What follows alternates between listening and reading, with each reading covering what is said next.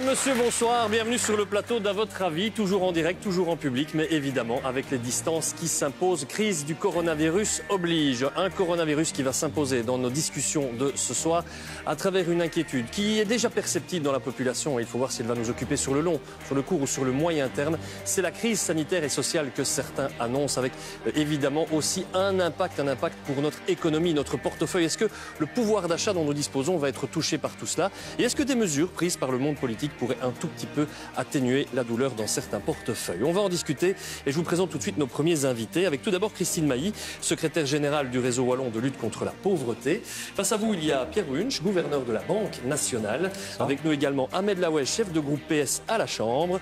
Et enfin David Clarinval, vice-premier ministre MR, ministre du Budget. Merci à tous les quatre d'être là, comme d'autres invités d'ailleurs que je vous présenterai tout au long de l'évolution de nos débats. D'autres invités qui nous rejoindront aussi par Skype. C'est l'une des découvertes de cette crise sanitaire, c'est les interviews à distance. À distance, vous pouvez agir et interagir avec cette émission. Également, il y a 3 possibilités pour cela. Nous sommes en direct sur la page Facebook de l'émission. On se fera le relais de vos commentaires pendant ce débat. Il y a également l'application Opinio. Vous pouvez répondre aux questions qu'on vous a posées. Vous êtes déjà plus d'1 millier à avoir répondu ce soir. C'est un score assez énorme. Continuez donc à répondre. On découvrira les résultats de vos votes pendant ce débat. Et enfin, il y a Twitter avec le hashtag à votre avis. Celui qui va tenter d'égayer un peu tout ça ce soir, c'est comme d'habitude, Pierre Kroll. Bonsoir Pierre. Bonsoir Sacha. Distance, on a nos petites marques, tout est respecté. Pierre, ben oui, on s'y attendait. On dit qu'il n'y a pas d'épidémie sans une crise économique, sans une crise sociale derrière. Ça pourrait se vérifier ici. On ne va pas être pessimiste, on va juste parler des faits, rien que des faits. Vous, ça vous a quand même déjà inspiré 2 choses, ce qui est en train de se préparer, 2 dessins. J'ai beaucoup dessiné pendant toute cette période dans vos émissions à 20h et avant ça dans celle-ci. Et déjà quelques fois sur effectivement cette crainte que la crise économique soit aussi dure pour certains que le virus lui-même. J'ai retrouvé ce dessin-là qui résume assez brutalement la question, l'un ou l'autre. On n'aura peut-être pas le choix. Et puis ce dessin, vous savez qu'on faisait des files pour rentrer dans les magasins, pour aller dans toutes sortes d'endroits, avec la distance sociale. Cette file-là, voilà, il y a un type qui ne s'attendait pas à devoir la faire. J'espère qu'il Et on verra effectivement que devant les CPS, il y a des files qui s'allongent. On ne s'y attendait pas nécessairement, mais la situation est inquiétante. Vous dessinez en direct depuis la régie et vous revenez en fin d'émission pour un petit mot de conclusion. À tout à l'heure, Pierre. Grand merci. 2 chapitres dans ce débat, comme à chaque fois. D'ailleurs, avec une première question, un virus dans votre portefeuille. On a fait le lien, évidemment, et la question se pose. Et puis, faut-il des aides supplémentaires, des aides financières pour demain? Il y a pas mal de questions qui se posent, donc forcément, et on l'espère, pas mal de réponses. On va se lancer dans le débat, mais d'abord, la traditionnelle séquence d'introduction. Et cette semaine, elle est signée Thibaut Wolfart. A tout de suite. Il est temps de résoudre la crise de la menace d'une nouvelle récession mondiale. Dès le 8 juin, nous pourrons donc raisonner différemment. Nous pourrons raisonner avec comme point de départ nos libertés. On se sent revivre. Ne pouvant plus consommer autant depuis la mi-mars, le Belge aurait ainsi épargné de 10 à 12 milliards d'euros. Pour le moment, mes économies, ça devient ça. Plus d'économies. Première fois que j'ai été faire la file pour avoir mon petit panier repas, là, c'était... Ben, les émotions m'ont pris, quoi, et je chialais dans cette file, quoi. D'autres familles belges riches sont devenues encore plus riches. Jeff Colruyt, avec un total de 3,7 milliards d'euros. À l'abri des regards, dans la plus grande discrétion, des petites mains ont préparé et livré des milliers de colis alimentaires. Vous estimez que celles et ceux qui viendront remplir les files dans les CPS vont croître de combien? On pourrait aller jusqu'à une augmentation de 45% des personnes que nous aidons à l'horizon 2 ans. Sophie. Allô? Y a quelqu'un? Vous m'entendez là? On peut parler d'une vraie galère pour les travailleurs de la culture. Une grande partie d'entre eux n'ont plus touché aucun revenu depuis 3 mois. On sait bien que quand quelqu'un est tombé quelque part du côté de la pauvreté, il est beaucoup plus difficile et cela coûte beaucoup plus cher à la société d'aller le rattraper plutôt que de prévenir le fait qu'il tombe. Le PIB va chuter cette année, regardez, moins 9%, c'est énorme. C'est une perte de près de 50 milliards d'euros pour l'ensemble de l'économie belge. Pendant cette crise, Jeff Bezos a gagné par heure 24 millions de dollars. Des chiffres qui surprennent, qui étonnent et qui choquent parfois. Et nous vous avons demandé qui serait selon vous, on vous a demandé ça via l'application Opinio, qui serait selon vous la principale victime économique de la crise sanitaire. Ce sont les indépendants qui arrivent largement devant les demandeurs d'emploi, suivent les employés, les allocataires sociaux, les étudiants et puis les personnes âgées. Et précisément, les indépendants, c'est vers eux qu'on va se tourner pour commencer ce débat. Je vais me retourner et on va accueillir dans ce studio Catherine Mathieu et Vincent Mayen. Catherine Mathieu, vous êtes restauratrice, propriétaire d'un restaurant à Namur. Vincent Mayen, vous représentez un groupe qui s'appelle Indépendants, qui est né au moment de la crise sanitaire. 40 000 indépendants ont rejoint cette page Facebook. Catherine Mathieu, bonsoir. Merci d'être avec nous. Chose très grave, très importante, très sérieuse. Vous apprenez il y a quelques mois cette crise sanitaire qui va vous obliger à fermer votre restaurant. Vous réagissez comment ? Mais le jeudi soir, en plein service, quand j'ai regardé mon téléphone, j'ai vu 15 messages. Je me dis, oh là là, qu'est-ce qui se passe ? Et je dis qu'on annonce la fermeture des restaurants pour 3 semaines. Je devais fermer les 15 jours de Pâques. Et là, ma première pensée est, c'est pas possible, je vais faire faillite. Fermer 5 semaines, je vais tomber en faillite. Au final, vous n'êtes pas en faillite. On le voit derrière vous, vous êtes dans votre établissement, dans votre restaurant. Il fait tout noir, il n'y a pas de clients. Vous n'avez pas rouvert. Pourquoi ? J'ai pas rouvert parce que ça m'a porté à une réflexion que je ne pensais pas prendre le temps d'avoir. Le fait que ça ait duré aussi longtemps, ça a mûri plus profondément et je n'ai pas eu envie de rouvrir de la même manière. Il y a tout de suite quand même des aides qui se sont mises en place. J'ai eu des conseils de banquiers dès le lendemain. J'ai fait faire une franchise en capital sur mon prêt hypothécaire et puis aussi gelé mon prêt professionnel. Il y a eu la prime de 5 000 €. Il y a le droit passerelle qui maintenant j'apprends est prolongé jusqu'à fin août. Donc j'ai envie de changer le concept, de faire un mix de différentes choses et de ne plus fonctionner qu'en restaurant. J'ai plus envie de charge salariale comme j'avais. J'avais 4 ouvriers et ça met une pression énorme. Et voilà, ma petite fille Juliette qui a 10 ans me demandait maman, c'est quoi ton rêve ? C'est de vivre sans pression. Je ne veux plus vivre ça. Vous avez l'impression au final et en un mot, donc vous avez dit tout le bien que vous pensiez, entre les lignes, c'est ce qu'on a compris des aides qui avaient été données, mais vous avez l'impression que cette crise au final elle est bénéfique ou pas ? Économiquement parlant, on s'entend évidemment. Non, ça demande de reconstruire autrement, puisque si ça s'est effondré, c'est que c'était quand même pas construit sur quelque chose de suffisamment solide. Suffisant, je sais pas. Tout à l'heure, j'étais au téléphone avec un de mes confrères néerlandophones. Alors, quand j'entends que eux, en plus de la prime, ils ont 160 € par jour. Alors là, ça me fait me poser des questions quand même aussi. Vous arrivez à garder le sourire, en tout cas, par rapport à tout ça. Autre liaison avec nous, Vincent Mayen, je l'ai dit, vous êtes le gestionnaire d'une page Facebook qui est née au moment de cette crise du coronavirus. 40 000 indépendants. On a vu dans le petit questionnaire Opinio que les indépendants seraient celles et ceux qui sont les plus touchés par la crise. C'est si grave que ça pour les indépendants. Parfois, les gens répondent sur les réseaux sociaux, oui mais ça va, ils ont eu des aides, il y a le droit passerelle, ils ont touché de l'argent, donc de quoi se plaignent-ils ? Il y a des gens qui n'ont peut-être pas conscience de la gravité. Comment est-ce que vous pouvez dire à quel point c'est grave ce soir ? Écoutez, c'est grave pour beaucoup qui n'ont pas encore touché la prime. Alors, je suis très content pour la dame qui est passée avant. Elle l'a touché et le droit passerelle est là. Le droit passerelle, je rappelle, est là pour faire vivre et manger. Mais des indépendants wallons n'ont toujours pas touché la prime de 5 000 € aujourd'hui. Donc, ça le fait plus de 3 mois qu'ils sont sans revenus. Excusez-moi du terme, mais c'est scandaleux. Il faut impérativement un paiement immédiat pour tous ces gens qui n'ont encore rien touché. Parce qu'il y a des situations qui sont déjà devenues désespérées, que ce soit sur un plan professionnel ou sur un plan plus privé ? Évidemment, rappelez-vous ce qu'on vient de dire aussi, cette inégalité nord-sud, des gens qui touchent 160 €. Je vous rappelle qu'on a tous un numéro de TVA national, on n'a pas un numéro de TVA régional. Alors, cette disparité donne un sentiment d'injustice qui est vraiment terrible. Donc, il faut absolument une réforme par rapport à ça pour pouvoir donner à tous les Belges indépendants qui créent de la richesse, qui créent tout cet artisanat, le moyen de se sortir de cette mouise. Vous restez avec nous, vous écoutez attentivement le débat et on vous demandera ce que vous pensez des discussions de ce soir en espérant que des choses avancent évidemment. Merci en tout cas de rester avec nous. Un message Facebook, puisque vous êtes nombreux à vouloir intervenir par ce biais-là aujourd'hui. Vincent nous dit « On demande tous les jours à la population de faire des efforts. Il n'y aurait pas eu de crise économique et sociale si le danger sanitaire avait été anticipé et si des stocks stratégiques n'avaient pas été détruits. » Un petit coup d'œil sur des chiffres. Le chômage temporaire chez nous. 1 300 000 salariés ont été touchés par le chômage temporaire en Belgique et ont donc vu leur salaire baisser de 30%. Ce sont des chiffres que Hugues Angot, l'éditeur de cette émission, et moi avons sélectionnés. La source est Febelfin. Pierre Wunsch, alors le pouvoir des Belges, le pouvoir d'achat des Belges, clairement touché ou pas par cette crise sanitaire? Mais touché, oui, mais finalement de manière relativement modeste si on regarde la moyenne. Alors évidemment, la moyenne, vous allez me dire, pour ceux qui perdent leur emploi, ça ne veut rien dire. Mais c'est quand même important d'un point de vue macroéconomique pour savoir si les gens vont pouvoir consommer demain pour relancer l'économie. Donc on estime, nous, que sur un choc au total de 50 milliards, l'État a absorbé une grosse partie. Et en fait, le pouvoir d'achat des Belges, cette année-ci, il aurait dû augmenter de 2% et finalement, il va stagner.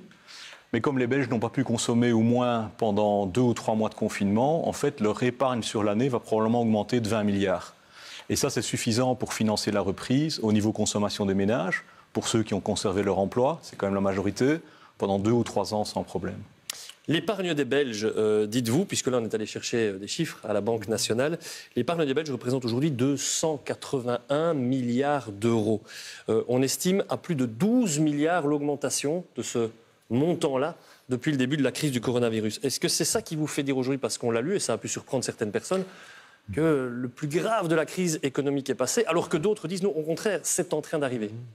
C'est-à-dire que le plus grave est passé dans le sens où voilà, les activités étaient fermées, les gens ont été confinés chez eux. Maintenant, on voit que ça redémarre. Ça redémarre pas très vite, mais on fait des progrès. Tous les 15 jours, on interroge les entreprises et on progresse.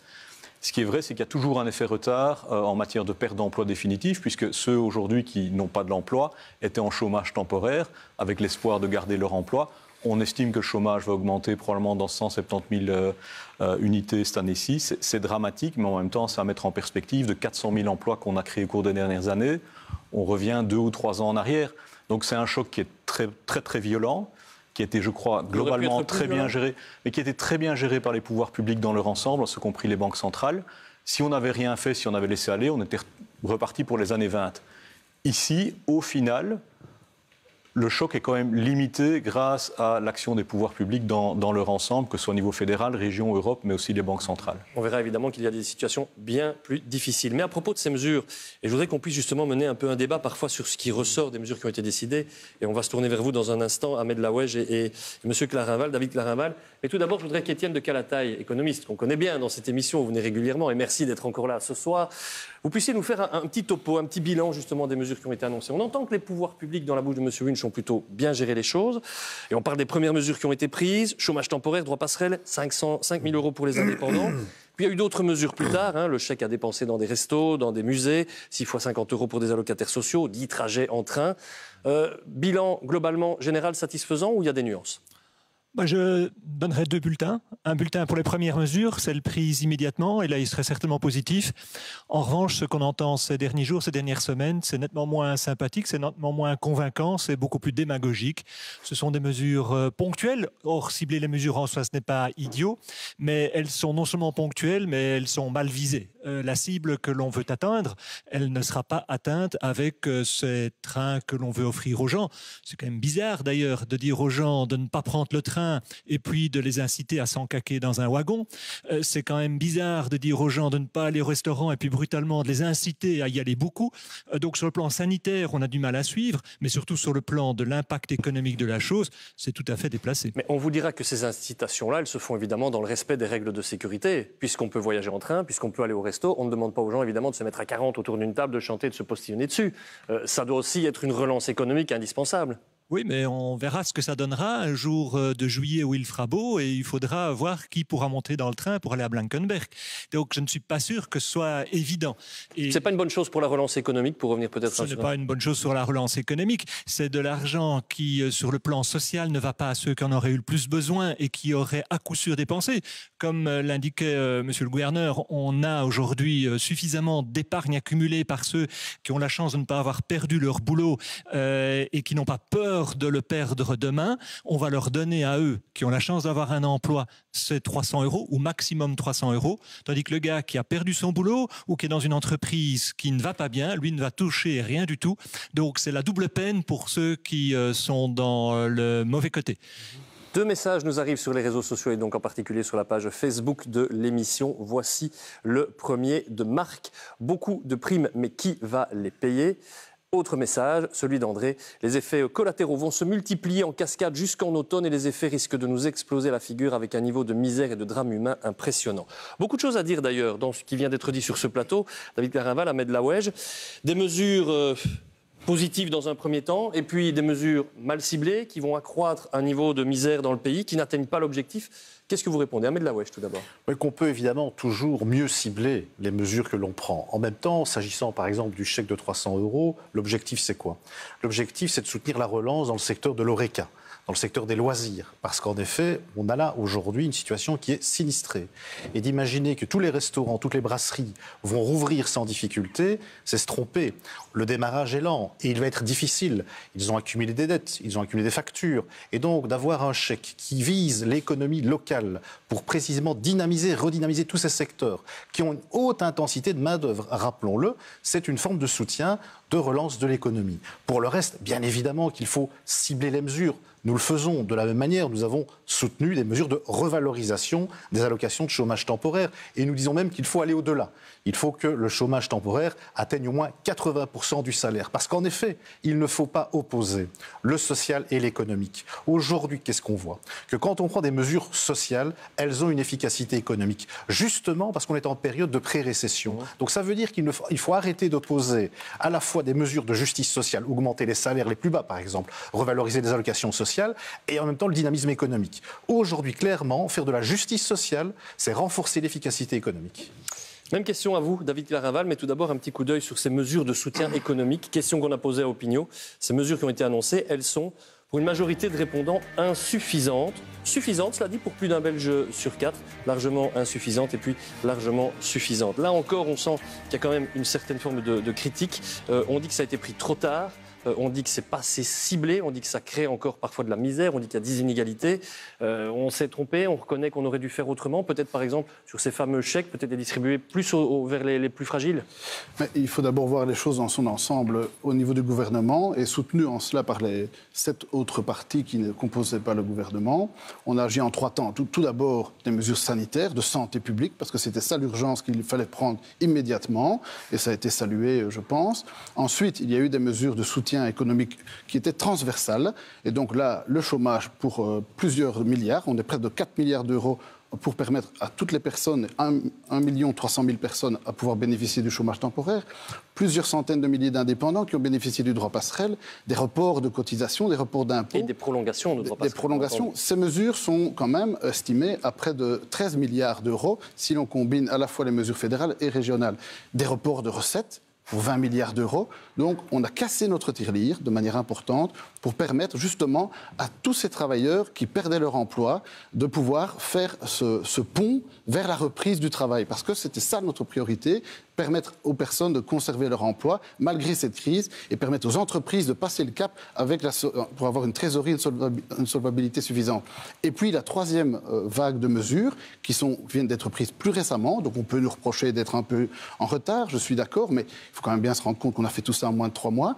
On a mis des moyens considérables, on a parlé ici de plusieurs milliards d'euros aussi, pour des mesures plus sociales ciblées, avec des aides, il y a des primes, avec des aides ciblées vers les CPS, des mesures en mobilité.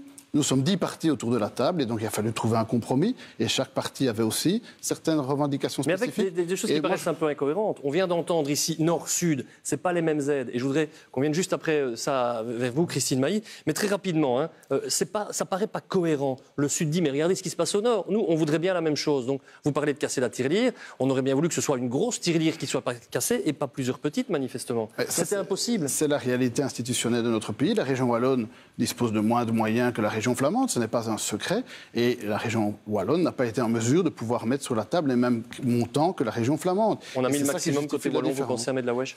Le gouvernement wallon a bien agi rapidement et avec clairement le souci aussi de la concertation sociale, c'est-à-dire de voir là où les aides étaient le plus nécessaires. Donc je pense que le bilan du gouvernement wallon est un bilan positif de ce point de vue, en fonction de ses réalités budgétaires aussi. De fait, on ne peut pas en effet dépenser l'argent qu'on n'a pas, sauf à l'emprunter, ce que tous les niveaux de pouvoir font. Mais il est un fait qu'il y a à certains niveaux plus de moyens qu'à d'autres niveaux. Par contre, regardons les choses comme elles sont. C'est aujourd'hui évidemment au niveau fédéral qu'il y a les gros enjeux, il faut pouvoir en parler. C'est-à-dire que si on veut aujourd'hui clairement avoir une vraie politique de relance, il faut pouvoir avoir 3 volets fondamentaux, et je vais être très rapide. S'il vous plaît, il faut absolument augmenter les salaires les plus bas, augmenter les allocations sociales, c'est fondamental. Mais vous anticipez la deuxième partie du débat, monsieur Laouech. Et je termine en disant les 2 autres points, relancer les investissements publics, c'est vraiment très important, et surtout pour les entreprises, des aides ciblées. Vous avez un tout petit peu anticipé, pourtant le débat avait quand même été bien précisé au début, mais bref, peu importe. Christine Mailly, vous venez d'entendre parler de ces mesures, de ces justifications.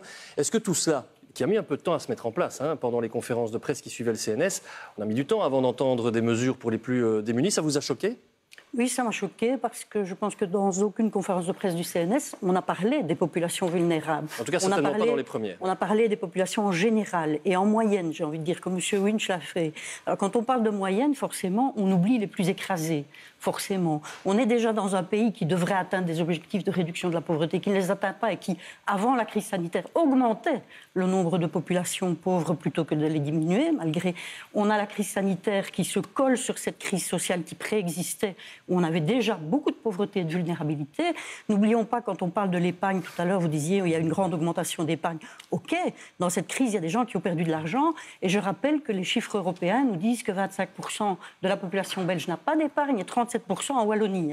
Donc l'épargne, elle se concentre chez certains, évidemment. Et dans les circonstances actuelles, ça s'aggrave encore. Aujourd'hui, dans cette crise, il y a eu de la perte de revenus, non seulement chez des travailleurs, mais aussi chez des chômeurs, des bénéficiaires du revenu d'intégration sociale, etc., qui faisaient des compléments en heures ALE, en journée intérim, etc., qui sont perdus à 100%.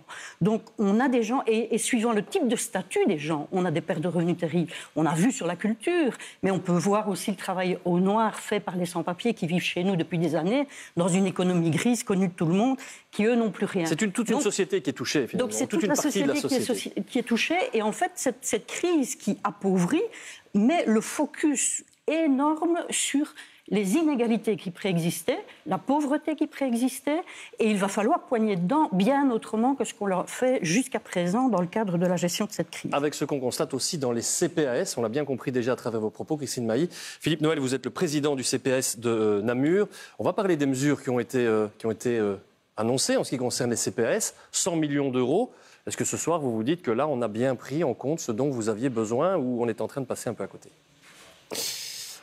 D'abord, je voudrais dire que les personnes qui étaient précarisées pendant la crise le sont restées et on n'a fait que rajouter des personnes en plus. Il y a de nouvelles populations qui arrivent. Et donc, il y a de nouvelles populations qui arrivent et donc les 100 millions pourront probablement essayer d'aider ces personnes supplémentaires qui vont agrandir. Et ce sera suffisant ?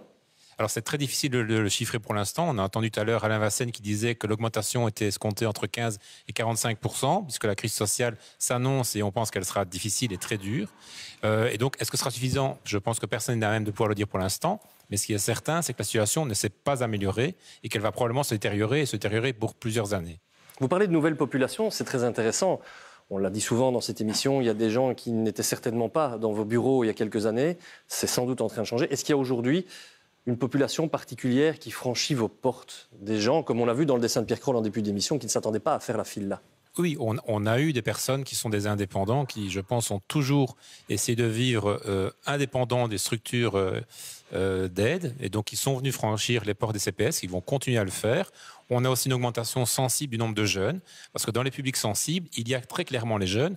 On a beaucoup évoqué tout à l'heure les indépendants, mais il faut savoir quand même que la frange la plus exposée, à mon sens, et qui risque de verser dans la pauvreté, ce sont ces jeunes qui n'ont plus d'accès au job, qui n'ont peut-être plus la capacité de pouvoir financer leurs études. Donc il y a beaucoup de choses qui doivent se mettre en place pour pouvoir éviter que cette pauvreté qui risque de s'installer ne soit structurelle pour ces personnes. Inquiétude, et on a quelques jeunes ici dans le plateau. On essaiera d'aller dans les gradins tout à l'heure pour leur demander ce qu'ils pensent de tout ça. Message Facebook, parce que vous réagissez nombreux et c'est tant mieux. Putsi nous dit, les seuls gagnants dans cette histoire, plupart, ce sont les grandes enseignes qui ont augmenté le panier de la ménagère.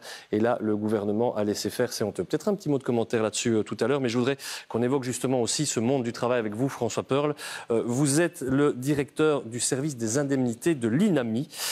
Vous constatez quoi sur le terrain? Parce qu'il y a évidemment le monde du travail qui a repris. Aujourd'hui, est-ce qu'il a bien repris? Est-ce que les gens qui sont au boulot, se sentent bien? Est-ce que tout ça reprend le cours normal? Ou est-ce qu'il y a des raisons d'inquiétude? Il y a des raisons d'inquiétude. Il y a une espèce de deuxième crise sanitaire qu'on est en train de voir venir, qui est une crise sanitaire à bas bruit, qui ne concerne pas que le coronavirus, qui concerne deux types de publics. D'abord, tout le public des malades chroniques qui, pendant la crise ou pendant l'épidémie, a dû reporter des soins. Et toute une crise de la santé mentale qui est en train d'apparaître, qui est malheureusement difficilement visible ou indicible, parce que pour l'instant, tant avec le télétravail qu'avec le chômage économique, c'est des gens qu'on ne voit pas. Mais moi, il ne se passe pas une journée sans que j'ai un appel d'un psychiatre, d'un médecin conseil, d'un médecin du travail, d'un médecin généraliste qui me dit on est débordé, on a des cabinets qui sont remplis de nouvelles personnes qui viennent avec des pathologies mentales et c'est très inquiétant. Et c'est vraiment quelque chose qu'il va falloir surveiller très près. Et c'est quelque chose qu'on va avoir du mal à surveiller parce que je dis on a comme deux cloches sur ces problèmes que sont le télétravail. On ne sait pas voir ce qui se passe chez les gens. Il n'y a pas le même suivi en termes de sécurité au travail chez les gens. Et les personnes qui sont à l'heure actuelle dans le chômage temporaire, qui n'ont pas les mêmes suivis qu'ils avaient auparavant via les médecins conseils des mutuelles par exemple ou via leurs médecins généralistes. Beaucoup d'indépendants dans ces publics? Oui, aussi beaucoup d'indépendants parce que les indépendants, ça recouvre une zone très large de personnes. C'est effectivement aussi les restaurateurs, les artisans, mais c'est aussi beaucoup de freelancers, de gens qui ont une activité, des graphistes ou autres, dont l'activité dépendait de l'activité économique et qui du jour au lendemain se sont retrouvés sans activité. Il y a le droit passerelle qui a joué son effet stabilisateur comme chômage temporaire, mais il y a manifestement aussi dans ces populations une très grande angoisse qui naît sur l'après, sur ce qui va se passer le 1er septembre quand le droit passerelle ne sera plus là et quand on sera en pleine crise économique. Selon une étude d'UCM, plus de 77% des titulaires de professions libérales estiment avoir en ce mois de juin moins ou beaucoup moins de travail qu'avant la crise. Ça appelle évidemment pas mal de commentaires parce que c'est inquiétant et parce qu'on se dit que même si tout ça reprend, ça ne va pas être simple. Ces problèmes de pouvoir d'achat, d'une manière générale, ils sont en train d'augmenter pour certains. C'est pas la première fois qu'on mène des débats comme cela, vous le savez tous les deux, vous y participez régulièrement et on reçoit pas mal de messages qui nous disent mais enfin, au moment par exemple d'un mouvement comme les Gilets jaunes, on nous a promis monts et merveilles, rien n'a bougé, la crise arrive et c'est encore pire. Vous vous sentez aujourd'hui responsable de ce qui est en train d'arriver au portefeuille de tous ces gens qui ne voient rien changer?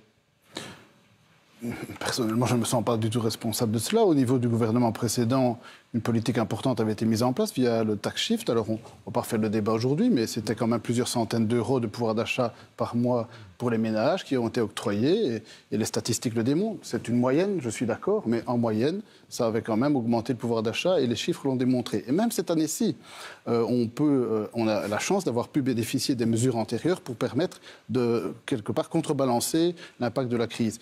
Mais soyons de bon compte, il y a les moyens pour la pauvreté, il y a les moyens que nous avons mis pour les CPS, mais il y a aussi d'autres décisions qui ont été prises récemment, que ce soit au travers de primes, au travers de toute une série d'autres mesures plus ciblées qui ont été décidées et qui vont également viser, là, de manière plus spécifique, les personnes... Et dont on verra les effets peut-être à plus long terme.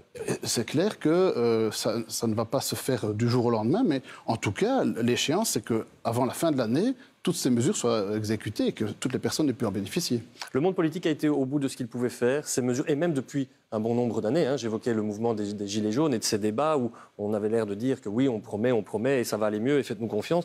Et aujourd'hui, on sent bien que parfois ce même type de message nous revient sur les réseaux sociaux. Et on ne veut pas donner la parole à tous ces messages-là, mais il y a quand même des messages très, très créés qui, sans sombrer dans le populisme, nous disent mais oui, mais rien n'a été fait, rien n'a été tenu. Et donc la situation s'aggrave. Qu'est-ce qu'on doit répondre à ces gens qui sont peut-être en perte de confiance totale? Bon, je ne vais pas faire le procès du précédent gouvernement. Il y aurait beaucoup à dire. Et je pense l'avoir déjà dit à de multiples reprises, en particulier sur votre plateau. Par contre, ce qu'il faut faire, il ne faut certainement pas commettre les erreurs du passé.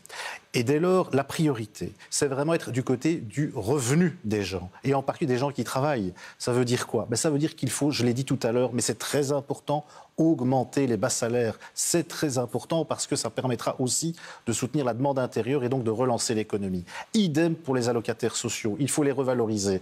Tout ça, c'est bon, ça redonnera de l'oxygène à l'économie en même temps d'être juste socialement. Mais vous comprenez que les gens ont parfois du mal à croire à ces promesses-là, puisqu'on en entend beaucoup depuis un bon moment. Le grand débat, c'est aussi le débat de ce qu'on appelle les prélèvements obligatoires, c'est-à-dire des impôts. Nous ne cessons de dire qu'il faut pouvoir réduire les impôts sur les revenus du travail et mettre davantage à contribution les revenus tirés du capital, de la spéculation. Et puis surtout, voyons aussi comment on peut mieux aborder toutes ces grandes entreprises, je m'excuse de le dire, mais qui se sont goinfrées durant la crise. Et je pense notamment, le message des grandes enseignes qui ont continué. On a vu l'introduction, toutes ces grandes entreprises qui font du commerce électronique, eh bien ceux-là, il faut pouvoir les mettre à contribution. Il y a un débat aujourd'hui à la Chambre et j'espère qu'on va pouvoir être rejoint par rapport à cela parce que c'est très important. De la même manière, il serait vraiment temps aujourd'hui de pouvoir se dire qu'on doit, en période de crise, mettre à contribution ceux qui concentrent les grands patrimoines et notamment les grands patrimoines financiers. C'est la raison pour laquelle nous remettons, nous, à l'ordre du jour, un impôt de solidarité sur les grands patrimoines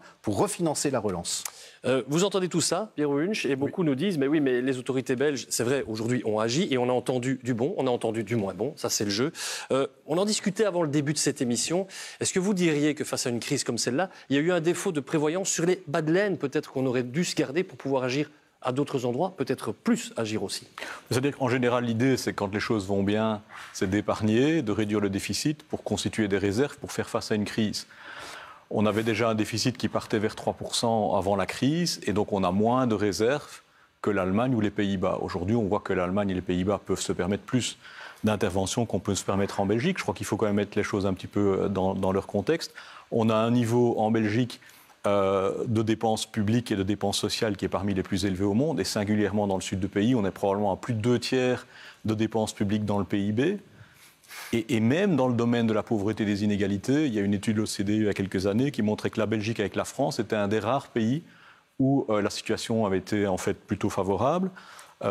Les minima sociaux ont été revalorisés au cours des 10-20 dernières années en Belgique. Donc on partait d'une situation qui était relativement favorable. Alors il y a toujours mieux, et c'est vrai que les indicateurs en général sont moins bons dans le sud du pays que dans le nord du pays. Mais je crois que c'est important quand même de remettre un petit peu les choses en perspective. On a déjà en Belgique un État qui est très généreux, et singulièrement dans le sud du pays. On va dans un instant à vous demander votre avis dans la rue. On va aussi s'intéresser au secteur des soins de santé, parce que là aussi, il y a des choses à dire. Je vous ai vu parfois un peu bouger sur votre chaise, Christine Mailly, dans les interventions précédentes. Il y a un peu de colère et un peu d'agacement. Il y a un peu d'agacement, parce que d'abord, je vais vous dire une chose, c'est qu'il y a 2 gouvernements successifs fédéraux qui avaient inscrit dans leur déclaration de politique fédérale l'augmentation de tous les revenus au minimum au-dessus du seuil de pauvreté. 2 gouvernements successifs, on est au 3e. Alors, combien de temps ça va encore durer? Le mensonge à la population par rapport au fait de ne pas augmenter au minimum tous les revenus au-dessus du seuil de pauvreté, tout en augmentant évidemment les salaires. Vous anticipez encore vous aussi un tout petit peu le débat. Oui, mais attention. c'est quand même très important parce que, deuxième élément, il y a des années que tout le monde dit supprimons ce foutu statu quo habitant qui provoque de la pauvreté et qui met en porte-à-faux tous les services de la sécurité sociale et les CPS dans leur travail. Donc je pense qu'à un moment donné, il faut arrêter de dire que ça va, que les chiffres sont plus ou moins bons, etc. Non, la population souffre, et une grande partie de la population, autant dans des travailleurs que dans des non-travailleurs. Donc je pense qu'il faut le dire à un moment donné, et il faut demander au prochain gouvernement de garantir des choses par rapport à ça, et de cesser d'écrire des choses qu'il n'applique pas, et donc de faire perdre la confiance de toute façon dans le monde politique. Vous venez en 1 minute 10 de m'obliger à changer tout l'ordre de mes fiches. Eh bien voilà, je suis désolée, mais... C'est pas très grave, mais si vous avez senti que c'était le moment de le dire, il fallait le dire. Allez, j'ai promis qu'on parlerait des soins de santé et des hôpitaux, et on va venir sur toutes ces mesures, évidemment, que vous avez déjà lancées sur ce plateau. Un petit message avant de donner la parole à l'un des représentants du secteur des soins de santé. Message de Daniel: mon pouvoir d'achat avait déjà diminué bien avant la crise. J'ai travaillé 32 ans avant la maladie. Maintenant, je dois choisir manger ou me soigner. Un message qu'on lit malheureusement beaucoup trop souvent sur nos réseaux sociaux. Philippe Dehaspe, bonsoir. Vous êtes le directeur financier des cliniques universitaires Saint-Luc. Économiquement, est-ce que c'est dur aussi pour un secteur comme le vôtre? On voulait pouvoir en parler ce soir aussi, et c'était bien normal. Alors, la particularité du secteur des hôpitaux, c'est qu'il était à la fois au centre de la crise et, comme beaucoup d'entreprises, il a été complètement arrêté par la crise. Puisque au moment de la crise, on a décidé de mettre les hôpitaux dans un plan d'urgence, de manière à pouvoir accueillir tous les patients qui étaient malades. Mais de ce fait-là, en fait, les hôpitaux, je n'ai jamais vu mon hôpital aussi vide que pendant la deuxième quinzaine du mois de mars et pendant tout le mois d'avril. La plupart des secteurs ont diminué leur activité de manière dramatique. On a des secteurs qui sont descendus à moins 85% d'activité. Avec des conséquences économiques ? Avec des conséquences économiques, puisqu'en fait, une partie des revenus de l'hôpital est fonction de l'activité médicale de l'hôpital. Et donc, on peut estimer que on a déjà subi une très très forte diminution de revenus tout en ayant un personnel qui restait complet, puisqu'il fallait que tout le monde reste sur le pont pour soigner les patients qui arrivaient. Et la grande question qui se pose maintenant pour les hôpitaux, c'est voir à quelle vitesse, et c'est aussi comme toutes les entreprises, à quelle vitesse on va revenir à une situation normale. Et ce qu'on voit aujourd'hui, c'est qu'il y a deux choses. Il y a effectivement beaucoup de soins qui sont reportés, et reportés soit parce que les gens n'ont pas l'argent pour avoir des soins, soit parce que les gens n'osent pas aller à l'hôpital de peur d'attraper ce fichu virus. On a souvent entendu qu'il ne fallait pas hésiter justement à aller voir son médecin ou aller dans les hôpitaux. Il faut absolument y aller. Il faut absolument aller à l'hôpital. Chose promise, chose due, on va faire comme toutes les semaines dans cette émission. On va demander ce que vous pensez de tout cela. On a recueilli votre avis dans la rue. C'est une séquence de Benoît Mariage et il s'est rendu à Dinan.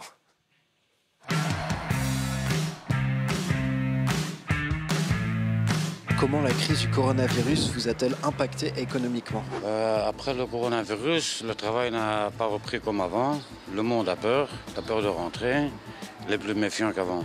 Mais moi, j'ai la chance d'avoir été retraité en février, donc avant le confinement. Je vais dire, en termes de rentrée d'argent, je n'ai pas été impacté. J'ai agrandi un petit peu mon restaurant et j'ai limité en personnel. Dans ma situation à moi, vu que mon domaine, c'est un peu le domaine culturel, littéraire, tout ça, c'est vrai que ça va pas être très joyeux pour retrouver un job dans ce genre de milieu-là.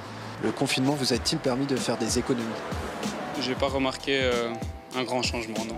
On a dépensé beaucoup moins parce qu'on a changé un petit peu notre mode de fonctionnement. J'ai jamais dépensé aussi peu d'argent, oui. On a juste acheté à bouffer et puis c'est tout. Après la crise sanitaire, avez-vous peur d'une crise économique en Belgique ? Non. Ça va retomber sur nous, notre génération. Quand j'aurai fini mes études, c'est-à-dire dans 5-6 ans, tout ce qui est maintenant en déficit va retomber sur nous, donc on devra payer plus de taxes. J'entends beaucoup de faillites, beaucoup de gens ont peur, je ne sais pas ce qui va se passer. Je pense que ça devrait redémarrer maintenant. Il faudra voir au niveau des commerces, etc. Je peux comprendre leur inquiétude. Je pense qu'il y a pas mal de professions qui vont être assez fort touchées et que pour plein d'individus, ça va être, sinon la cata, du moins un peu la dèche. On vous a posé une petite question via Opinio pour entamer cette deuxième partie. Est-ce que vous pensez que la crise sanitaire que nous connaissons aura un impact sur votre portefeuille? Et la réponse est sans équivoque. À près de 80%, vous répondez oui. Il faudra donc que des choses bougent, que des choses changent. On va retourner en liaison avec Vincent Mayen, qui, je le répète, gère une page Facebook. 40 000 adhérents, un peu plus, je pense, maintenant. Ça s'appelle Indépendant. Vincent Mayen, exercice difficile que je vais vous demander. Surtout pas une longue liste de tout ce que vous réclamez, évidemment, pour améliorer le secteur. Ça serait trop long, on y passerait la nuit. Mais très concrètement, est-ce qu'il y a une mesure qui devient urgente, fondamentale, pour pouvoir justement sauver celles et ceux dont vous avez parlé dans votre première intervention? Une mesure, c'est très compliqué. Alors, je vais essayer de faire vraiment court, mais déjà, le principe de la TVA, je pense qu'on a diminué au niveau de l'ORECA, est bien, mais pas suffisante, puisque les cafetiers, tout ce qui est événementiel, etc., n'en profitent pas. Donc, soit il faut la mettre sur les bières et les vins, mais sinon, eux n'en auront pas du tout de profit.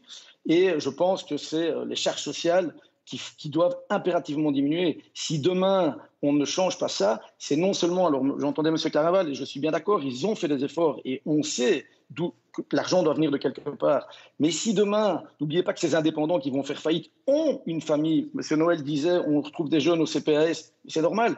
Les indépendants ont aussi des enfants. Donc ça veut dire que tous ces jeunes, tous ces gens ont besoin d'être sauvés maintenant, parce que sinon la communauté va devoir les prendre en charge quoi qu'il arrive. Donc de l'argent, sorry, mais il faut en trouver. Il faut en trouver.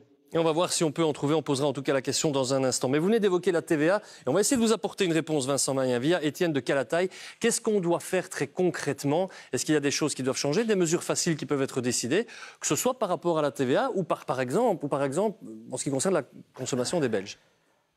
Alors en fait, ce qu'il faudrait faire d'un point de vue économique, c'est donner du pouvoir d'achat à ceux qui vont dépenser l'intégralité de cette somme. Donc, ça privilégie les personnes à très faible revenu. Donc, cibler une aide vers les personnes à faible revenu, c'est un impact social positif. Il ne faut pas être long pour le comprendre, mais ça a aussi un impact économique maximum. Il faut incidemment quand même aussi rappeler que la Belgique est une petite économie ouverte. Chaque fois que nous soutiendrons le pouvoir d'achat, nous allons largement faire plaisir aux Allemands, aux Français, aux Hollandais, parce que nous allons largement nous approvisionner en biens français, allemands ou hollandais ou d'autres pays encore. Ça doit cesser, ça doit changer? Non, ça ne doit pas changer. La solution à nos difficultés, elle ne sera pas en fermant nos frontières et en cultivant le nationalisme. Donc, baisser la TVA, c'est certainement une très mauvaise idée. On entend monsieur dire qu'il faut diminuer les cotisations sociales, diminuer la TVA, et on a envie de lui dire qu'est-ce qu'on augmente, où est-ce qu'on va prendre l'argent, on rase gratis. Diminuer la TVA, c'est certainement une très mauvaise idée. Prenons l'exemple des restaurants. Le restaurant qui va relativement bien, il n'y en a pas beaucoup, va-t-on me dire, mais il va nettement plus profiter de la mesure que le restaurant qui va mal. Donc, une nouvelle fois, c'est une mesure qui est censée aider le secteur de l'ORECA, mais qui va surtout privilégier ceux qui, dans le secteur de l'ORECA, se débrouillent relativement bien. Est-ce que c'est ça qu'on veut faire? Donner de l'argent à ceux qui vont relativement bien? Je ne pense pas que ce soit le meilleur usage de moyens rares. Eh bien voilà qui va sans doute lancer le débat. Christine Mailly et Ahmed Laoueche l'avaient lancé aussi un tout petit peu prématurément. Mais donc on revient dessus maintenant avec une réaction de David Caraval. Vous venez d'entendre ici parler de plusieurs mesures autour de cette table. Il y a quelque chose qui vous semble faisable rapidement, vous? On a entendu parler du statut de cohabitant légal, on a entendu parler de la TVA, on peut parler d'autres choses. Qu'est-ce que vous privilégiez? Qu'est-ce que vous mettriez en avant? Mais je crois qu'il y a un élément dont on n'a pas encore parlé, mais qui est peut-être plutôt de l'ordre psychologique, mais qui est important et fondamental, c'est rétablir la confiance. Je pense que beaucoup de personnes, beaucoup de citoyens ont peur, à juste titre, parce que la situation sanitaire a été effrayante, et donc n'ont plus un comportement actuellement d'effectuer des dépenses importantes. Et donc, on voit cette épargne qui augmente, cette absence de demande au niveau des secteurs. Donc, première chose, on doit aussi rétablir la confiance. Alors, il y a ensuite des mesures ciblées, et on a voulu, au niveau du gouvernement, vraiment cibler d'abord les secteurs qui ont été les plus impactés, parce qu'en effet, l'ORECA, pourquoi l'ORECA? Parce qu'en fait, ils ont été fermés pendant 3 mois. Alors que d'autres secteurs n'ont été fermés que pendant 15 jours. Donc il est normal qu'on aide plus les secteurs qui ont été plus impactés par la crise. Alors c'est vrai que le débat sur la TVA, je ne vais pas dévoiler le secret des caucus, mais tous les partis n'étaient pas d'accord. Donc on a obtenu un compromis en diminuant la TVA sur le repas et les boissons non alcoolisées, mais il n'était pas judicieux non plus, puisque la TVA, il faut la diminuer sur la totalité des boissons alcoolisées. Je ne pense pas qu'il eût été intelligent de diminuer la TVA sur les boissons alcoolisées qu'on achète au Colruyt. Parce qu'à ce moment-là, vous deviez prendre une décision qui était pour tout le secteur, alors qu'on voulait viser uniquement l'ORECA. Donc on a préféré une autre mesure qui devrait être sensible, c'est la diminution du précompte professionnel, parce que là, ça permet de rendre aux entreprises qui remettent au travail leurs travailleurs, d'avoir une diminution de leur cotisation du précompte professionnel. Et ça, c'est un impact direct. Ce n'est pas un report de cotisation, c'est une diminution de cotisation, mais pour, quelque part, inciter les entreprises à remettre leurs travailleurs au travail. Parce que le but, je le répète, c'est surtout d'éviter qu'on ait un accroissement trop important du nombre de chômeurs. Et donc, mais on sait pourtant que le chiffre s'annonce quand même assez carabiné, vous l'avez rappelé il y a un instant. Un maximum. Et donc, c'est la mesure phare que nous avons mise en avant. Il y a d'autres mesures plus ciblées, mais je crois que celle-là doit être mise en avant. Mais où va-t-on chercher l'argent? Le message nous a été envoyé. D'abord, est-ce qu'il est encore possible de trouver de l'argent pour financer de nouvelles mesures? Ou est-ce qu'il faudra faire encore des coupes dans certaines dépenses? Et par exemple, dans les dépenses de l'État. N'ayons pas de tabou. Mais tout à l'heure, M. Wünsch nous expliquait que le niveau de dépenses publiques est trop élevé en Belgique, ou à un niveau déjà très élevé, et que finalement, l'État est déjà très généreux. Je relève un biais idéologique et je ne laisserai pas passer. Pourquoi? Parce que les dépenses publiques, de quoi parle-t-on? On parle des hôpitaux, on parle des soins de santé, on parle des transports publics, on parle de nos écoles. Et je vais vous dire une chose, c'est que quand on investit de l'argent public, c'est également bon pour l'économie, parce que les investissements publics, singulièrement maintenant, quand vous investissez 1 euro, vous en récupérez 3 pour l'économie. Et c'est ça qu'il faut aujourd'hui bien dire à celles et ceux qui nous écoutent, c'est qu'il ne faut pas opposer là non plus les dépenses publiques avec la relance de l'économie. La relance de l'économie se nourrira aussi de la manière dont nous allons pouvoir non pas simplement conserver notre niveau de vie, mais le renforcer. Pour le reste... Mais où est-ce qu'il faut couper dans les dépenses, par exemple? Où est-ce que vous couperiez dans les dépenses? Eh bien, ça n'est certainement pas avec moi que vous allez avoir un défenseur de l'austérité. On a vu ce que ça a donné ces 5 dernières années. Ça ne fonctionne pas. Je l'ai dit tout à l'heure, il y a 3 volets, je les répète, mais si ça ne vous dérange pas, en insistant un petit peu, bien sûr, c'est que oui, vous avez raison, M. de Calataille, il faut cibler les bas revenus. C'est ce qu'il y a de plus juste socialement faire et c'est ce qui permettra en effet de soutenir la demande de la manière la plus efficace. Pour une raison très simple, c'est quelqu'un qui a un bas revenu, eh bien, il n'a pas la capacité d'épargner. Il subvient à ses besoins et parfois même ses besoins fondamentaux. L'investissement public, je l'ai expliqué, c'est nécessaire et en plus, je dirais qu'on voit à quel prix, je dirais aujourd'hui, pardon, le prix que l'on paye aujourd'hui d'avoir précisément sacrifié un certain nombre d'investissements publics ces 5 dernières années. Et enfin, je dirais que du côté des entreprises, il faut aujourd'hui cibler en priorité, puisque chaque euro compte, les secteurs à haute intensité de main-d'œuvre, l'ORECA, la construction, l'économie du loisir, par exemple, toute une série d'autres secteurs, et qui ont un impact local plus important que les autres, parce qu'en effet, comme chaque euro compte, il ne faut pas une déperdition de moyens, et nous devons pouvoir retonifier, si je puis dire, remettre du tonus dans notre économie locale. Philippe Noël, et puis je viendrai vers vous, Christine Mailly, 100 nouvelles mesures pour renflouer les CPS. Je rappelle que vous êtes donc le président du CPS de Namur. On dit que les ennuis risquent de s'accumuler. On a beaucoup parlé de cette nouvelle population qui arrive chez vous. Il y a évidemment ces 100 millions d'euros, et on les a évoqués dans votre première intervention, mais certains parlent des CPS comme de CPS en état de faillite virtuelle. Est-ce que ça se confirme, ça, ou est-ce que vous allez réussir à éviter cette catastrophe ? Alors, je ne vois pas comment on va éviter la catastrophe si on n'a pas des moyens supplémentaires. Ce qui est certain, parce que j'entends beaucoup parler de relance et de relance, on donne l'impression qu'on va repartir comme avant. Moi, le message essentiel que j'ai entendu pendant 3 mois et que j'entends encore tous les jours, c'est est-ce qu'après ça, on ne va pas changer ? Et je crois que c'est le message... Enfin, tout le monde, pendant 3 mois, s'est posé des questions probablement différentes que d'habitude. Il faut changer. Et pour pouvoir changer, c'est effectivement poser les questions autrement. Je crois qu'augmenter les ressources, on a dit, 1 euro investi dans des personnes qui ont des bas revenus ou qui sont bénéficiaires de l'allocation sociale, c'est 1 euro qui sera dépensé dans l'économie. Donc on a besoin certainement d'avoir de l'aide de la part. Et vous pensez que vous allez en avoir ? Vous allez pouvoir en recevoir bientôt ? Si on l'a pas maintenant, je ne comprends pas quand on en aura. Quand vous dites maintenant, c'est à quelle échéance ? Alors, pour moi, l'échéance, c'est d'abord dans les prochains mois, mais c'est une aide structurelle. On a besoin d'être soutenu parce que la crise économique, elle va commencer dans les prochaines semaines, dans les prochains mois, et elle va durer pendant 3, 4 ou 5 ans. Et dans 5 ans, on n'arrivera plus à faire passer le message qu'on essaie de faire passer maintenant. Nous avons besoin de revaloriser les personnes qui sont les plus fragiles. Quelles conséquences concrètes, si vous ne recevez pas d'aide, quelles conséquences concrètes pour ces personnes qui viennent de rejoindre justement les bureaux des CPS ? Alors on va devoir faire des choix.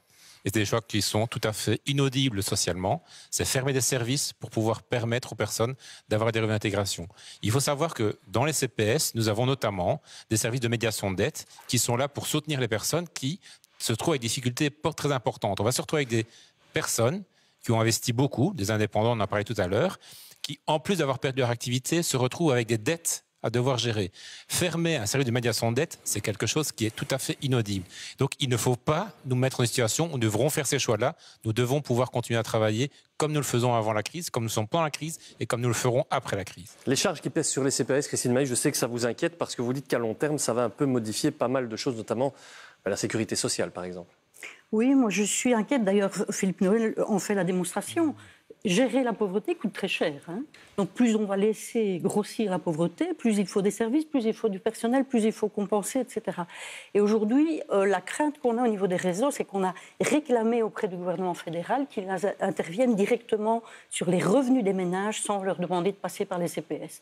Pourquoi ? Puisque les revenus des ménages sont affectés, eh bien, qu'on leur accorde immédiatement de l'aide et pas 6 fois 50 € qui est une aumône, pour toutes les raisons qu'on a dit auparavant. Mais il y a eu des mesures sur l'eau aussi, par exemple. Et pourquoi ne pas passer par les CPS ? Parce que les CPS devraient garder une mission résiduaire. Ce qui fait la solidité de notre État, c'est une sécurité sociale forte et c'est de l'emploi pour tout le monde. Nous, on est favorable à une grande création d'emplois de services publics qui ferait du bien. Et c'est ça qui doit apporter... Ce que vous évoquez là est en train de s'écrouler ? Mais ce que je dis, c'est qu'on est en train de mettre en risque la sécurité sociale si on dévie tout vers les CPS. Et ça pourrait être potentiellement un pas vers de la régionalisation progressive qui ne se dit pas. Alors je ne dis pas qu'il y a cette intention-là maintenant, mais plus on va inviter les gens à passer par les CPS alors que c'est par la sécurité sociale et par le travail qu'ils devraient être en premier boostés au niveau de leur capacité financière, de leurs revenus, eh bien plus on dévie le CPS de sa condition résiduaire et donc plus on lui donne une espèce de mission de sécurité sociale étendue qu'il ne doit pas avoir. Les CPS doivent pouvoir faire convenablement leur travail par rapport à la mission initiale qui est la leur, à condition que la sécurité sociale soit soutenue pour qu'elle puisse faire sa mission et que le travail soit renforcé et créé et payé de façon décente. Pierre Wunsch, ce qu'on vient d'entendre, là, c'est quand même particulièrement inquiétant parce que ça peut toucher toute l'économie du pays. Quelle réaction est-ce qu'on doit avoir par rapport à tout ça? Mais on me dit que j'ai un biais idéologique parce que je cite des chiffres. Je dois encore une fois simplement constater qu'on a déjà en Belgique des dépenses publiques très élevées. C'est un choix de société. Maintenant, il y a probablement une limite. Et c'est vrai que du côté francophone singulièrement, on a une assise économique dans le secteur marchand qui ne permet pas de financer toutes ces dépenses. Donc en partie, on dépend pour les financer des transferts du nord du pays.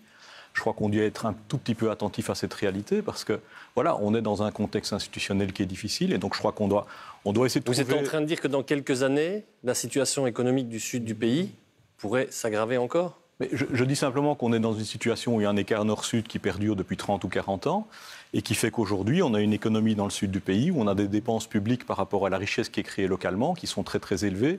Et donc on dépend des transferts du nord pour financer une partie des dépenses sociales dans le sud. Bon, ça c'est une réalité qui n'est pas unique à la Wallonie, on trouve ça dans plein de régions en France. Mais dans un contexte quand même institutionnel en Belgique qui est particulier, vous le savez.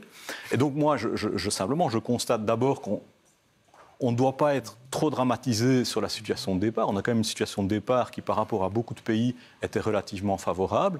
On a créé beaucoup d'emplois ces dernières années. On va malheureusement en perdre cette année-ci. Je crois que la situation reste, par exemple, par rapport à ce qu'on a connu, la génération des années 80. Moi, je crois qu'on a un marché du travail qui fonctionne mieux. Donc je crois qu'on ne peut pas être... Mais où est-ce qu'on doit couper, par exemple? Dans les dépenses? Mais écoutez, pour l'instant, ce n'est pas le moment de couper dans les dépenses. Donc moi, j'ai dit dès le début de la crise, on oublie l'assainissement, même si j'aurais été favorable à ce qu'on se constitue plus de réserves. Ici, il fallait y aller à fond, soutenir l'économie. Alors c'est vrai que j'ai dit récemment, il y a quelques jours, j'ai dit, attention, à un moment donné, il y aura une limite. Donc je ne plaide pas du tout pour qu'on recommence l'assainissement maintenant. On va sans doute pouvoir encore prendre une série de mesures, mais on n'a pas d'argent comme en Allemagne pour faire des grands plans de relance par dizaines de milliards. Cet argent, on ne l'a tout simplement pas. Et d'ailleurs, si on l'utilisait aujourd'hui, on devrait demain réduire les dépenses ou augmenter les impôts, parce que c'est de l'argent fondamentalement aujourd'hui qu'on emprunte. François Perle, votre vision à vous des mesures qui doivent être prises demain, rapidement. J'imagine que sur ce plateau, il y a certaines choses qui ont pu vous séduire, d'autres peut-être vous inquiéter. Parlons de ce qui vous a séduit. Ce qui m'a séduit et ce qui m'inquiète. Donc, il faut arrêter de voir la sécurité sociale uniquement comme des dépenses. Moi, je vais prendre juste l'exemple de la crise de 2008, où on n'a pas anticipé une série de choses, comme par exemple la crise du mal-être au travail. On avait en 2009 4 milliards de dépenses en invalidité, on en a maintenant 9, c'est 5 milliards en plus qui ont été dépensés parce qu'on n'a pas réussi à anticiper toute une série de corrections qu'il fallait faire au système de sécurité sociale qui fonctionne en matière de vases communicants. Vous allez avoir beaucoup de chômeurs à un moment donné, une partie de ces chômeurs vont tomber malades, ils vont dégringoler des CPS, du chômage vers l'invalidité et puis vers les CPS. Il faut voir ça comme un tout et il faut effectivement voir, comme Étienne de Calataï a dit, voir ça aussi comme un investissement social. 1 euro qui est investi, que ce soit via un relèvement des minima sociaux que j'approuve évidemment tout à fait, ou la suppression du statut cohabitant, c'est 1 euro qui revient automatiquement dans l'économie sur 2 niveaux, d'abord sur la dépense et aussi sur la moindre maladie. Il ne faut pas oublier non plus que les gens les plus pauvres sont les plus malades. Est-ce que vous investissez en allocation, en général, vous pouvez le regagner, entre guillemets, en moindre... Hausse du salaire minimum aussi? Oui, aussi, bien entendu. Je pense qu'il faut effectivement faire des opérations de ce type-là pour éradiquer la pauvreté. Ce n'est pas une position politique ou un biais idéologique. Je crois que c'est quasiment une position éthique. On a les moyens peut-être dans ce pays d'enfin avoir une réflexion sur l'éradication de la pauvreté qui ne cesse de grandir. Je vais faire une toute petite parenthèse dans ce débat parce que je l'ai dit, il y a plein de jeunes sur ce plateau. Et tout à l'heure, j'étais un peu interpellé, peut-être vous aussi, par ce jeune qui disait « Oui, mais c'est notre génération qui va payer ce qui est en train de se passer. » Il mettait le doigt sur aucune responsabilité, mais il a quand même très clairement dit « Moi, je pense que c'est ma génération qui va devoir encaisser tout ça. » Mademoiselle, est-ce que vous êtes inquiète d'abord de ce qui est en train de se passer? J'imagine que oui. Mais de ce discours qui dit que c'est finalement peut-être sur vous que la facture pourrait tomber dans quelques années. Ça vous inquiète, ça, ou vous êtes encore un peu trop loin de ces préoccupations-là? Bien évidemment, je pense que les jeunes ont tendance à réfléchir sur le court terme, mais c'est vrai que le débat revient de plus en plus et on réfléchit plus sur le long terme et on se dit que ça va avoir des grosses conséquences sur notre avenir, sur ce qu'on attend en fait de notre avenir, tout simplement. Vous êtes étudiante en journalisme. D'accord, c'est un très bon travail de fin d'études que vous venez de réaliser ici. On nous en parle de votre inquiétude, félicitations. Mais on a bien senti que cette inquiétude-là, elle existait chez les jeunes. Et je ne vous cache pas qu'il y a une inquiétude qui est encore un peu plus grande. Et là, je vais m'adresser spécifiquement à David Clarinval et à Ahmed Laouej. On a reçu beaucoup de messages qui nous disent oui, mais ce qui est en train de se passer au niveau du monde politique aujourd'hui et ce qui est en train de traîner, et je pense d'ailleurs qu'on a une question opinion là-dessus que je vais essayer de vous retrouver en direct. Cette instabilité politique, elle va avoir un impact. Là, voilà la question. Elle aura un impact négatif sur la situation économique. Oui, à 90%. On a rarement des résultats comme ça. Il y a plus de 1000 votes. Ce n'est pas un sondage, mais enfin, c'est une bonne photographie de l'opinion. L'instabilité politique, il faut y mettre fin maintenant, ça devient urgent. C'est ce que les gens demandent. Et on nous dit beaucoup, oui, mais pour l'instant, on assiste davantage à des petits jeux politiques, des jeux d'influence. Ça commence à lasser la population. Est-ce qu'on peut leur dire, écoutez, très clairement, maintenant, on a pris connaissance de ça et on va y aller et on va avancer? On va avancer, mais avec une bonne direction. Pas avancer pour, je le disais tout à l'heure, couper dans les soins de santé, ne pas comprendre qu'aujourd'hui, il faut refinancer massivement les hôpitaux, qu'il faut revaloriser le travail des infirmiers et infirmières, qu'il faut aussi plus de justice fiscale, que ceux qui ont les épaules les plus larges contribuent le plus. C'est dans cette direction-là qu'il faut avancer, et puis certainement aussi avancer avec des gens qui ont envie de donner un avenir durable au pays. Possible, bientôt, tout ça?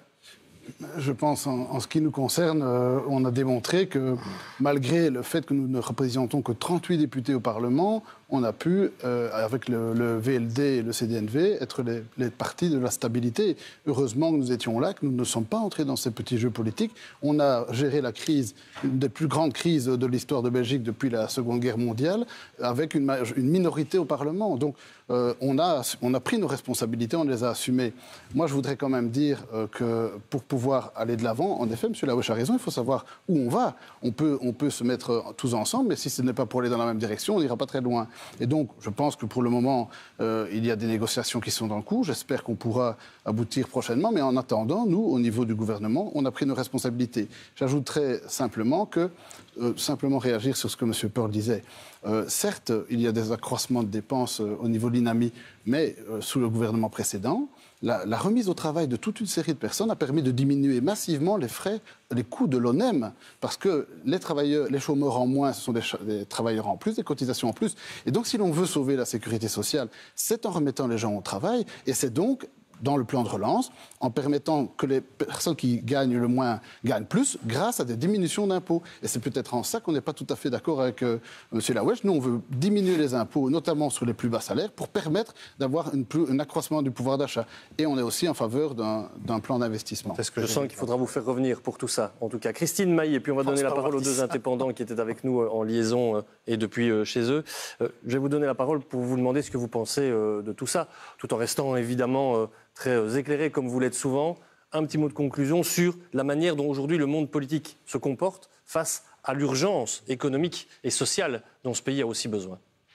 Mais je pense qu'il y aurait intérêt à prendre une position supérieure d'intérêt général en faveur de la population sur le plan de la crise sociale, de la crise climatique et environnementale et de la crise économique et de pouvoir dépasser les clivages pour avoir un projet de société. Et un projet de société, c'est pour toute la population, l'entièreté de la population, et c'est considérer toutes les entités de la population comme des entités économiques et des entités sociales. L'entièreté, les indépendants, les autres, etc., et cesser les discriminations et les clivages qu'on crée entre les populations diverses qui composent la Belgique, la Wallonie, Bruxelles et la Flandre. On va demander à Vincent Maillen, qui a entamé cette émission, puisqu'il a écouté tout le débat, on va lui demander ce qu'il en a pensé. Je vais me retourner. Il est en liaison avec nous. Vincent Maillen, il nous reste très peu de temps, mais je sais que vous pouvez faire court vous aussi. Vincent Maillen, rassuré, inquiet? Non, inquiet, toujours inquiet. Je sens qu'il y a des bonnes volontés, mais comme toujours, chacun a son idée. Moi, ce que je voudrais juste encore dire, c'est qu'on doit faire attention aussi dans les décisions gouvernementales, c'est que le Sud et le Nord continuent à creuser l'écart. Donc, on va encore dire, si ça continue et qu'on a beaucoup de faillites, qu'on est le boulet de la Belgique. Et si on est le boulet de la Belgique, c'est qu'on le veut bien aussi. Donc, je pense que si on ne veut pas l'être, c'est maintenant, je l'ai dit tout à l'heure, et qu'il faut trouver l'argent. Alors, on peut trouver peut-être de l'argent en Europe, on peut peut-être trouver la microtaxe. Il y a des choses qu'on peut mettre en place, qu'on peut chercher, des études à faire, mais il faut le faire si on ne veut pas être le boulet. On va accueillir Pierre Kroll pour clôturer ce débat. Vous pouvez l'applaudir, hein, il a bien travaillé sur le budget. Oui. C'est plus feutré. On a déjà été 40 dans ce studio. On est plus que 15. Ouh, ça calme un peu. Pierre. Vous savez que je dessine très vite. Et malgré ça, vous avez vu passer un dessin tout à l'heure qui n'était pas terminé. Alors j'ai eu le temps de le terminer. Vous vous souvenez que Sophie Wilmès s'est retrouvée où elle est Première ministre par un concours de circonstances, on peut le dire. Je me demande si toutes les circonstances qu'on a connues maintenant ne pourraient pas nous amener à changer de Premier ministre. Moi, j'en vois bien une. Super. Qui a des idées. Et alors moi, pour relancer les libraires et pour vivre comme indépendante, je vous fais un petit cadeau. Il ne sort que la semaine prochaine. Vous l'avez en avant-première. Beaucoup des dessins de cette émission sont repris dans un livre qui devait évidemment être publié. Voilà. Je ne sais pas si on le voit bien. En tout cas, c'est le recueil des dessins. Alors, on en parle. Vous me l'avez dédicacé, Pierre? À vous, oui. Je vous dis, c'est le oui, vous m'avez dessiné à côté de Sophie Wilmès. Il ne sort que la semaine prochaine. Un grand merci à vous, Pierre, et un grand merci à vous qui nous avez suivis. Si vous souhaitez venir participer à la dernière émission de la saison ou déjà anticiper et réserver vos places pour la saison prochaine, vous n'hésitez pas. Vous nous écrivez un petit mail à l'adresse suivante, à votre avis, @rtbf.be. On jette un petit coup d'œil sur la une du magazine Moustique qui va s'intéresser à la décolonisation. Un dossier important que je vous conseille et dont il a été beaucoup question aussi dans l'actualité ces derniers jours. Évidemment, un grand merci au public qui était présent ce soir, un grand merci à nos invités. On va se retrouver la semaine prochaine, je l'ai dit, pour le dernier numéro de la saison. Merci à toute l'équipe et à la semaine prochaine. Ciao, ciao.